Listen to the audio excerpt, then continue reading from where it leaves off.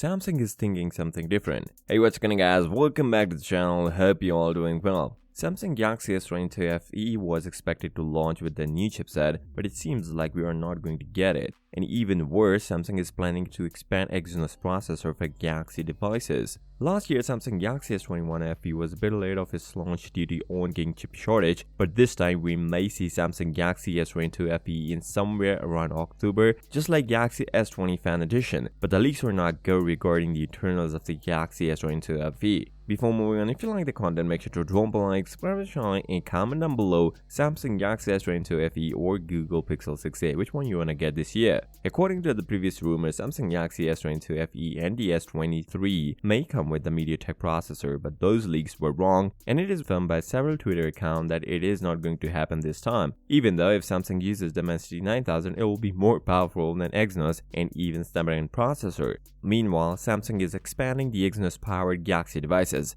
Where before it was starting at 20% phones, now Samsung wanted them to expand up to 60%. And yes, I'm thinking the same way as you guys do, because Exynos processors were not the best that Samsung can offer, which we have already seen in Samsung Galaxy S22 Ultra poor performance. And not only this, almost all budget devices include this. If this will be the case, we may see Exynos 2200 in upcoming Galaxy S22 FE with 8GB of RAM, and the price will almost the same as previous generation Galaxy S21 FE. Where you will get base model standing at $700 and top variant up to $770. But the question is, what we haven't get in the Galaxy S22 lineup. Meanwhile, the specifications are more related to Galaxy S22, and you can see the Galaxy S22 specification in the Galaxy S22 FE. It comes with a 4500 mAh battery and 25W fast charger, and chances are that we may see 108MP lens in Galaxy S22 FE. It wasn't expected till Galaxy A7 III comes with the 108MP lens, which is a budget series smartphone. The display will more likely be Full HD Plus Super AMOLED 120Hz 6.4 inches adaptive refresh display with infinity hole camera punch cutout